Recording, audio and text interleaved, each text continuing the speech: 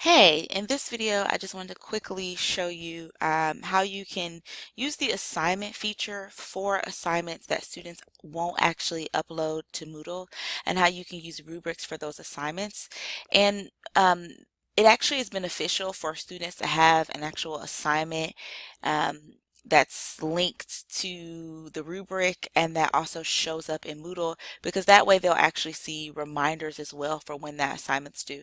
So you can just create the learning activity and we'll do an assignment. And let's say that this is for an assignment that they are, let's say this is an art class, and let's say they're turning in their e-portfolio,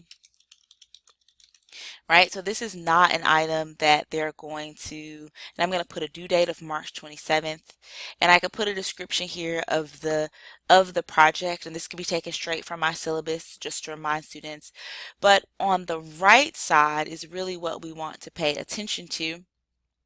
So under submission types, right now it says file submission. So we're going to uncheck that. Basically, there's nothing checked. They're not typing in an answer and they're not uploading a file. And that means that students aren't actually going to submit anything for this assignment. They're not going to turn in anything because the actual assignment is something that's not uploadable to Moodle. Maybe it's taking place somewhere else. And we're going to go down under grade, and we can use points and whatever the point value for the assignment is. And then I'm just going to add a rubric here.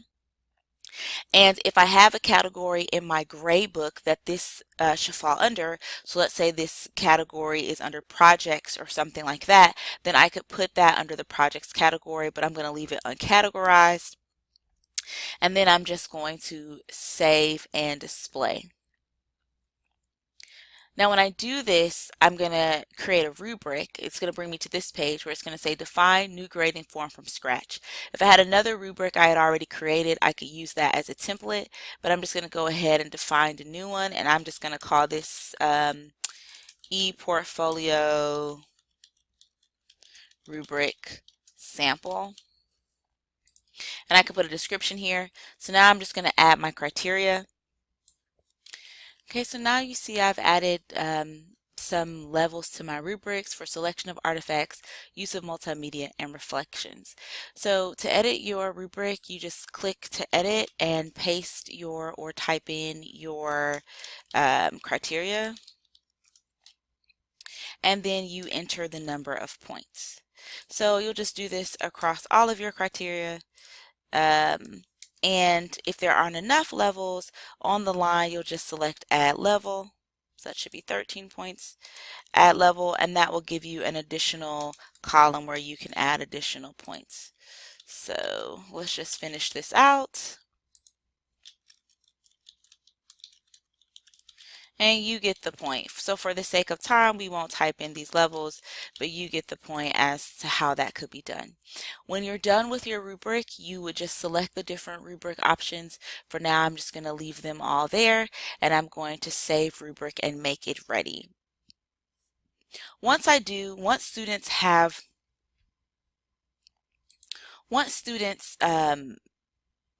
once the due date passed, you know that I can enter in this assignment, and even though a student hasn't actually uploaded anything, it doesn't matter.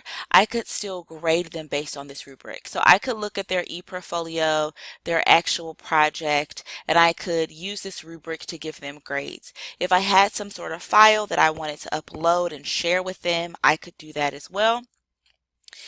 And so now there are these points here, and I can just save changes.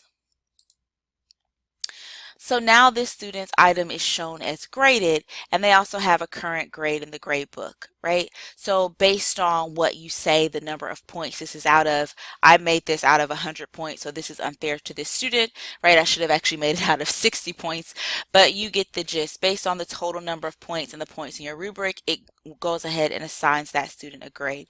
So I'm going to go back to my original course and go to the grade book, just so that you could just to show you how that shows or appears in the grade book for this student that I graded, which is this test student right here.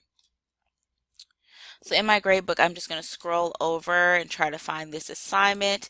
Here it is, e-portfolio, and here is their grade. Now I'm going to switch my role to a student view.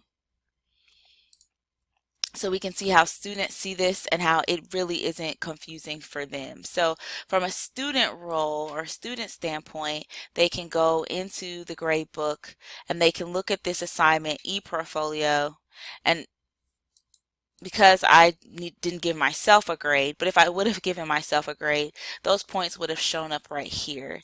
And I could click on the actual assignment and it would show me the rubric for this assignment. And if my assignment had been graded, it would show any additional comments, and I could also see how I performed on the rubric. So this is a good way or a good strategy, even if you're grading items that are completed outside of the grade book. This really is a neat way and an organized way to do that kind of grading. So if you have any additional questions, please let me know and I'll be happy to answer those. Or you can give me a call at extension 3039.